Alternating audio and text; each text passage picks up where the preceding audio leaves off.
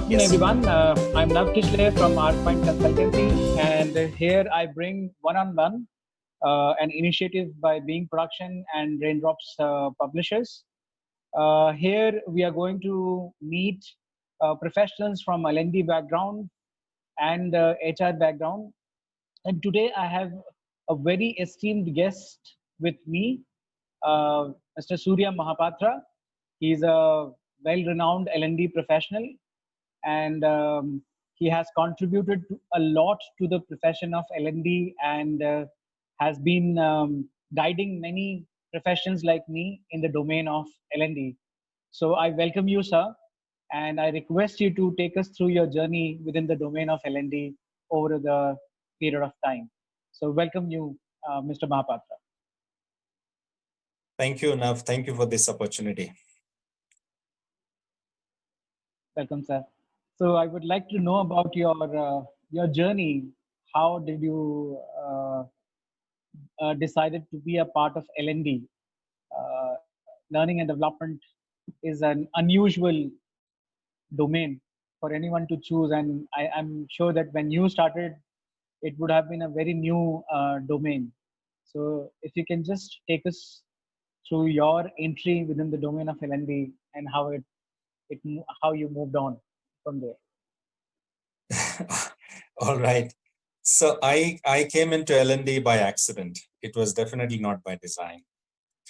My career began in the field of sales and marketing. Then I was dabbling into channel partner management, franchisee management, business development for some time, for the initial part of my career. And I think in the early 2000, I was working for an education company which was providing technology education. I was working for them in their business development space. I was helping the organization build their franchisee network. And that's where I realized that, I have an affinity, I have a love for education. And that was the closest to learning at that point in time, that I was probably in my career, the early part of my career. And then from there, actually, I moved into the corporate. And then my first, learning foray was in an organization called First Ring, which was later on taken over by ICICI OneSource. That's where, so I joined them as a learning and development manager in the LND space. So a career which started with sales and marketing, business development, channel partner development, actually moved into LND, and then thereafter I never looked back. So I've spent almost 2 decades in the learning and development space now. I'm enjoying this journey, and I believe every day when I wake up that there is just so much to learn and so much to do in this role. Right. So with an experience of 2 decades within LND, and before that in an experience and stint within sales and business development, what according to you is the essence of LND overall? I think essence of LND is of great significance. If you look at organizations today are going through massive transformational disruptive change. They're dealing with pressure from outside and inside, and they need to deal with that pressure. For them to deal with these pressures, they have to take strategic actions, to be able to remain their competitive position in the market, to stay ahead of the curve, to innovate and come up with new products and solutions. They need to take strategic actions. And for them to be able to take strategic actions, they need to have the right capability in the organization. They need to have the Right. people with right skill set, right competencies, who would have the capability to take strategic actions and lead the organization forward. And also organizations need enablers, the right infrastructure, the right technology, the right ecosystem. So in the whole scheme of things is capability. Organizations need the right capability to take strategic actions. So the role of LND, cannot be overrated. And so if organizations will have to survive and thrive in the midst of this disruptive change, and if they need to have the right capability, it's the LND function which can play a crucial role, the lead role in building that capability in the organization. So to me, Right. that's the essence of learning and development function. Okay. And what are the changes which you have witnessed or which you have seen over the years within the domain of L&D? How it has evolved, with your journey? Um, LND, the way it was when I started and LND today is very different. And what has changed in LND depends on what has changed outside, what has changed in the economy, what has changed in the industry, what has changed in our ecosystem. So there is a lot that has changed. Technology has become a very important driver of uh, business, economy, production, productivity, efficiency, and everything. We are seeing a large number of millennials coming into the workforce. I think by 2020 or 25, we will have 3 out of 4 uh, employees in an organization as millennials. Um, so with that, there is a sea change that's happening in the way people learn, people consume content, in the way technology is driving, making learning all pervasive, and the way the shift has happened from the trainer or the facilitator or the LND practitioner being at the center stage um, to a scenario today where the learner is at the center stage. The learner Yeah, decides absolutely. what he or she wants to access. He decides what's relevant to him or her. He decides how to find out, where to find out, who is the subject matter expert that he or she can access. So it's all about the learner. It's Right. about the learner experience. It's about the journey that the learner goes through. It's about the preferences, the learning styles, the learning preferences of the learner. It's the learner which is at the center stage. So when I started 2 decades ago, it's the trainer or the facilitator who was at the center stage who was driving learning. Today, it's the learner who drives learning for himself or herself. That's a major change that has happened um, in the LND space. Awesome. Awesome.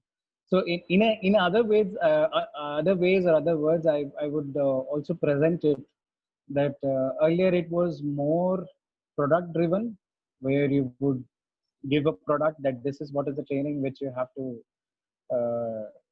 take, and now it has become more service driven.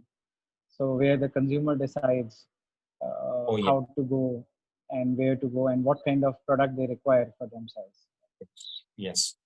What kind of product they need, where to go, where to find it, how much time they can spend for learning, where they will learning.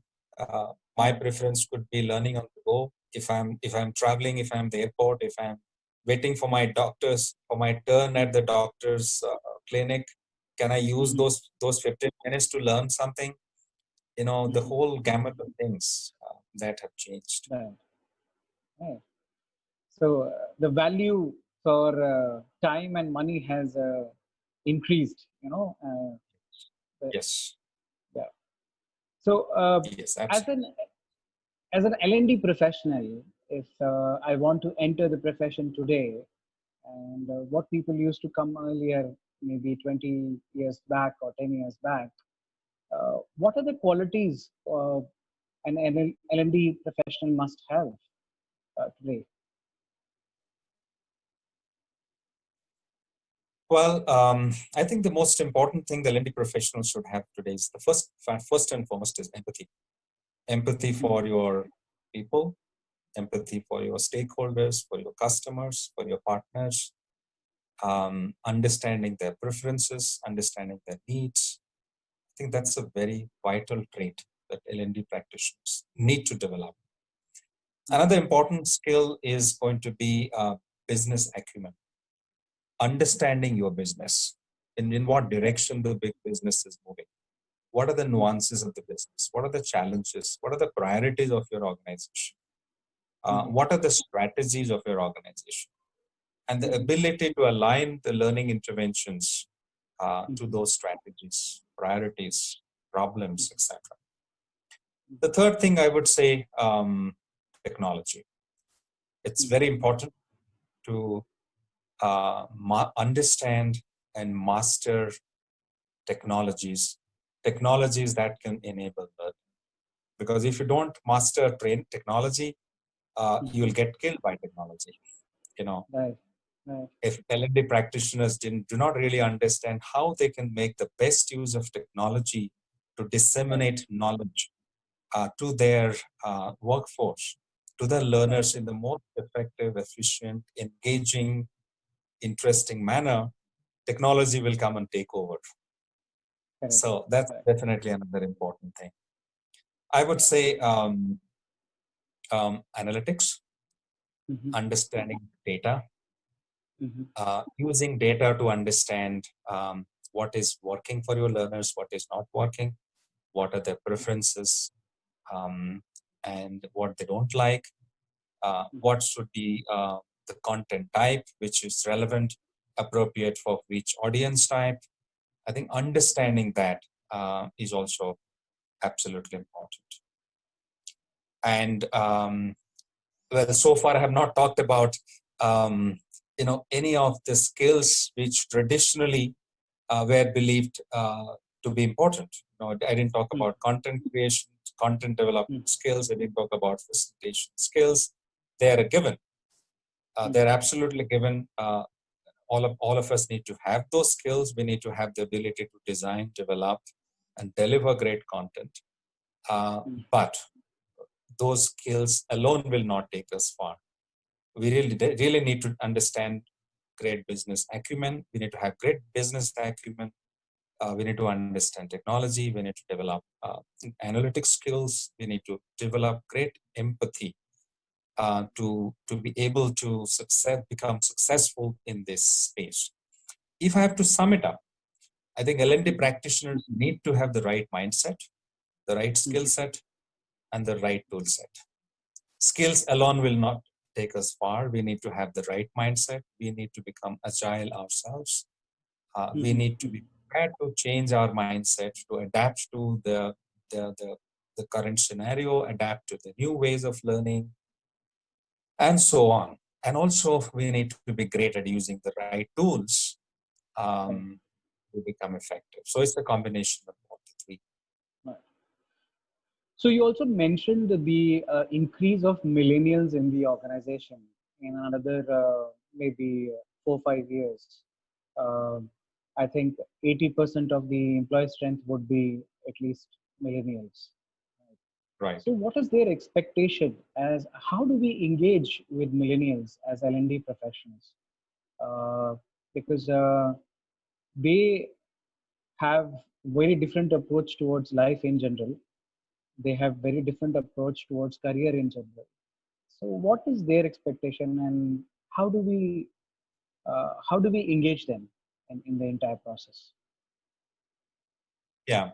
So their outlook towards life is slightly different from Gen X or baby boomers, and so on. While both, I think all generations want to become successful in their personal and professional life. So that's a common thread across all generations. Every human being across generations wants to be successful.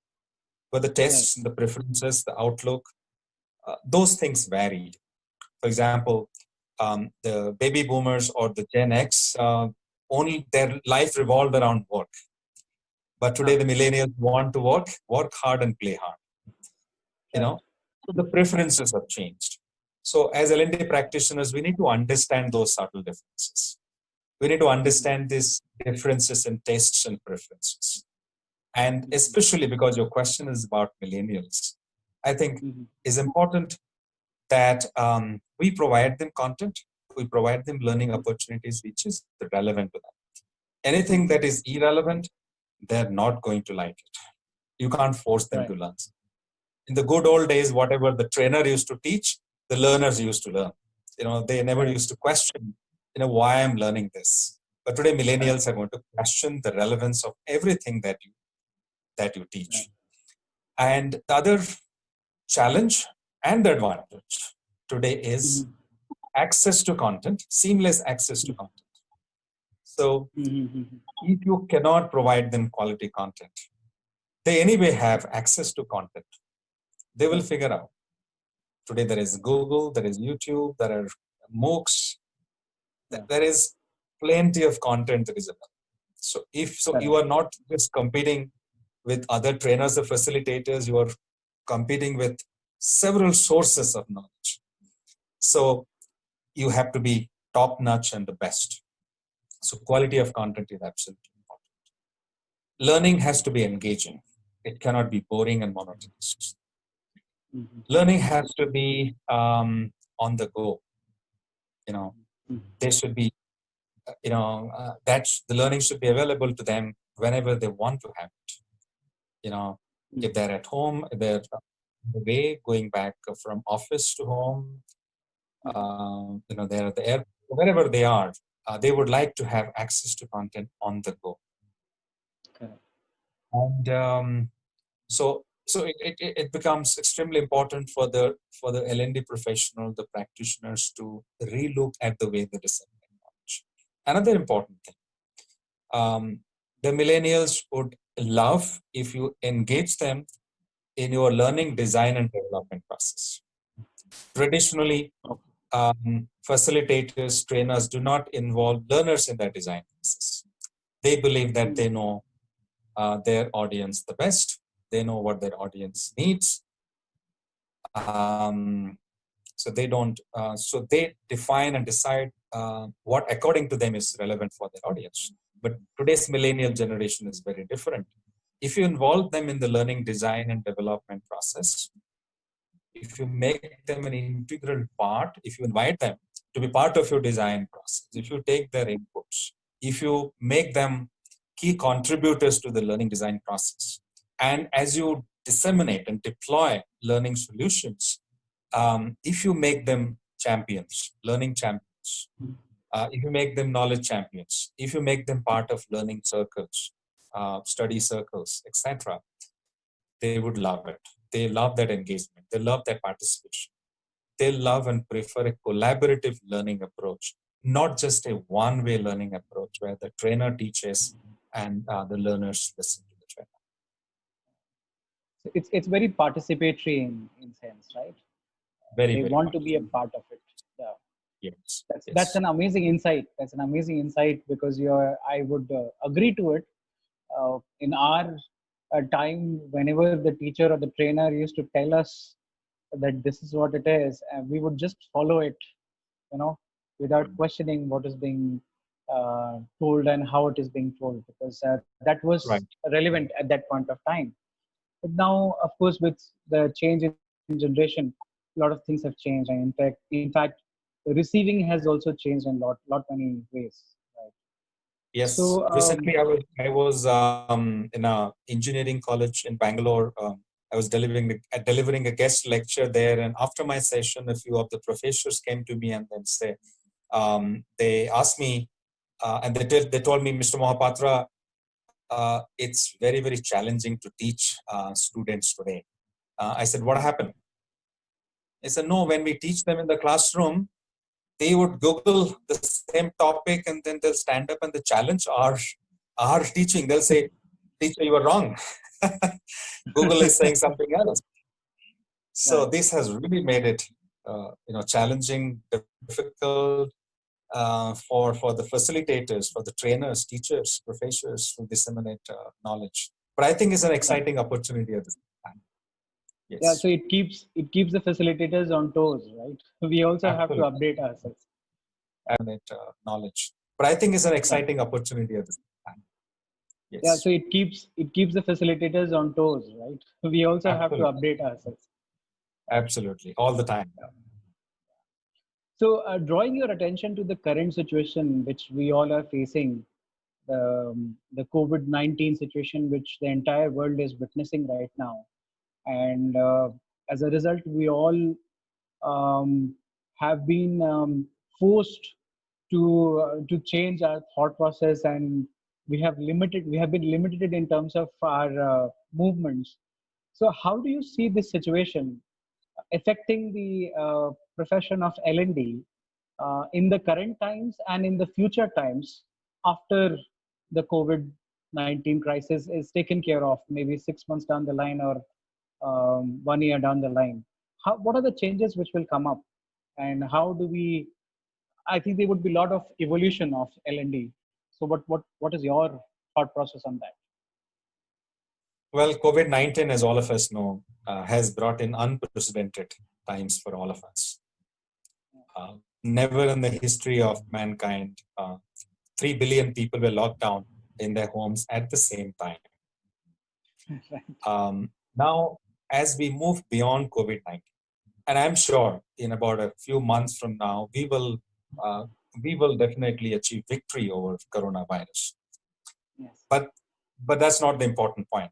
The fact of the matter is, even if coronavirus or COVID-19 situation problem is solved, the world beyond COVID-19 is not going to be the same. It's going to become very different. The whole world will look very different. The way we do business, we have been doing business, the way we are going to do business in future, the way we are going to engage with our customers, the way we are going to participate in our social interactions, the way we are going to lead our daily life, all of these are going to change. So this means as LND practitioners, we also need to understand what are going to be the nuances of this new world, and then how do we prepare ourselves for that? What's going to happen to the LND space? Few things would happen for sure. Organizations will definitely cut down the spending on training, but I think that may not be a absolutely correct statement. But they're definitely going to cut down on non-value add training. Spending on nice to have training programs will significantly reduce. Organizations would definitely prefer online, virtual, digitized training over classroom face-to-face training. Many of the conferences, seminars, workshops that we used to see, which used to attract congregation of people, will not happen in the near future. Technology is going to be a big player in the learning spaces now. So these are some of the changes that we are going to see. So when we talk about organizations cutting down spending, not going to spend on nice to have training programs, etc. This may sound a little worrisome, a little concerning for the LND practitioners, because right after COVID-19, organizations will focus. The immediate priority would be to get back on the road, get back on the feet, and they would like to bounce back. That's going to be their priority. If we go and tell them that, I'm a training provider, I can train your employees on A, B, C, D, they'll say, all right, we'll talk to you later, but our priority today is something else. So now the question is, what does it mean to the LND? What does it mean to the LND? One good news is organizations will need help. Obviously they will need help because they need to bounce back. They need to become resilient. They need to transform the business. They need to bring in new business models. as we see, ITC very recently tied up with Domino's distribution network, and they said, we have those, grocery products and other products, but we don't have our door-to-door distribution engine. You guys have a door-to-door distribution engine. Can we come together and then make it come up with a new business model? So organizations will come up with new business models to survive and thrive. Right. So their people need to quickly embrace and adopt these new business models. That the organization need to bounce back and become strong. So anybody who can go to them and then tell them that I will help you become more resilient, I will help you transform your business, I will help you, kind of enabling your employees to adopt new business models, they will love it. They'll be interested in talking to us. Because ultimately, for them to bounce back, they need to have the right capability in their people. So now the LND practitioners will have to shift their focus from the traditional, conventional offerings to offerings which will make a difference to organizations, to offerings which will enable organizations to bounce back, transform, introduce new business models. If we can make that paradigm shift, if we can reimagine our role, our activities, our own business model, then I think we have a great chance to survive, because our customers would need help to survive in the post-COVID-19 world. And if we can help them survive and help them thrive, we definitely have a great opportunity. So I'm not pessimistic about the future of LND professionals post-COVID-19, but I'm worried about LND practitioners who refuse to change, who believe that we will go back to the old world in the next couple of months, who believe that things will all be the same. We will stand up and deliver training. We'll continue to deliver classroom training in the conventional subject topics. They would definitely have difficulty. They'll have challenging. Another important thing for all of us would be to adapt to and embrace new technologies very, very quickly. Because our program design, our content, our program structure, everything, most of these have been designed for the conventional learning approach in a classroom setup. Now we'll have to change everything. We'll have to change our delivery mechanism. We'll have to repurpose our content. We'll have to really decide our engagement strategy. We'll have to really figure out how can we do a team building activity online, which always is to happen in a outdoor location. But how can you do that? And how can you do that virtually online? We'll have to really reimagine and rethink. And technology is definitely going to be a savior. But we need to adapt to the new technology. That's amazing, sir. That's a beautiful insight, and of course, it tells us a lot about the future changes and evolution, and how do we have to evolve as LND practitioners, right? Right. So, I'm sure there are many things which we would like to discuss, and there are many things which I would like to know from you, which is a kind of learning, because the kind of knowledge and experience you have is like a Pandora's box, and I would like to open it, one by one.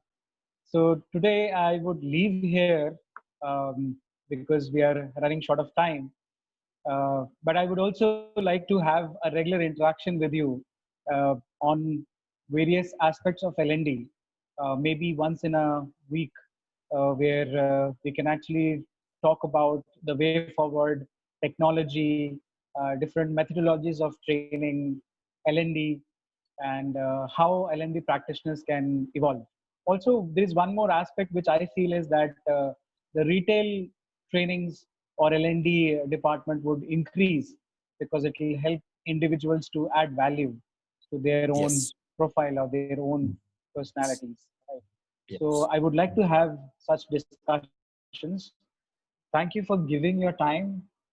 And LND Global, being you are the one of the founders of LND Global chapter Bangalore and India. So It was pleasure having you on our platform and having your insights on the profession of LND.